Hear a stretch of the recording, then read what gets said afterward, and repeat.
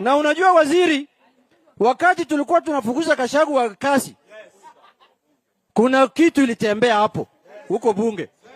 Wacha niseme ukweli. Kuna kitu ilitembea nini?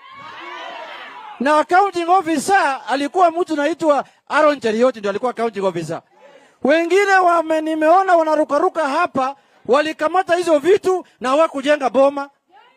Tafadhali, kila saa impeachment haikuji. Kama umepata kitu kwa impeachment ya Gachagua, tafadhali jenga boma mzuri. Ile boma nimeona na pesa ya Gachagua haitoshani. Kuna hisabu imepotea. Mambo ya kuharibu pesa yako na watu yellow huko Nairobi. Unapeana pesa kwa wa yellow huko Nairobi. Lete pesa hapa chini bana. Tumeelewana? Wale wanajua ile kitu vinaongea wanajua.